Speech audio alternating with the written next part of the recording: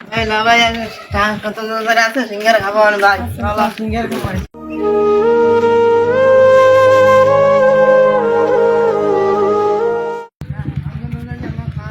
যদি আমার বাবা বেঁচে থাকতো ওদের মতো আমিও স্কুলে যেতে পারতাম।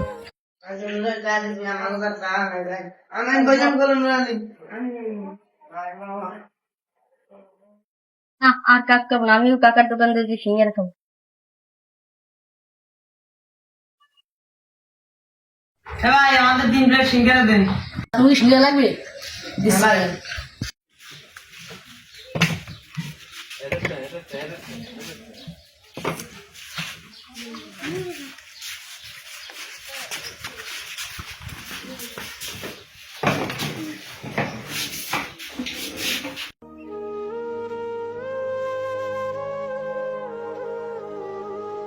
এই তুই কি আমার সিঙ্গারা দিকে তাকায় রইছ কা? তুই কি সিঙ্গারা নিয়ে যাবি?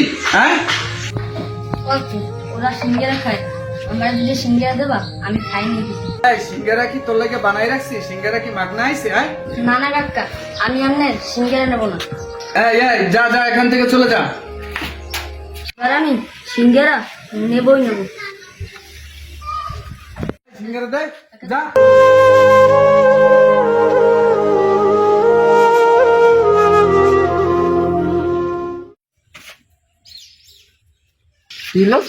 মারে কে? আচ্ছা কাকা তুমি কাজটা আজকে ভালো করলো না। একটা সিঙ্গার জন্য আজকে আমার এতিম বেটে মারলা। ও চুরি করলো কেন সিঙ্গারা? এরা চুরি করতে যাবে? দোকানটা তো আমার, আব্বা মারা যাওয়ার আগে তো দোকানটা আমাদেরই ছিল।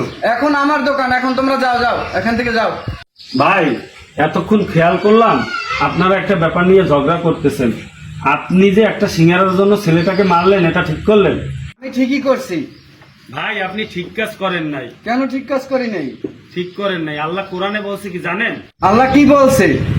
প্রিয় ভাই, আল্লাহ সূরা মাউনের ভিতরে বলেছেন তারা জাহান্নামের শাস্তিকে অস্বীকার করেছে যারা এতিমকে গলা ধাক্কা দেয় এবং মিসকিনকে খাবার দিতে উৎসাহিত করে না।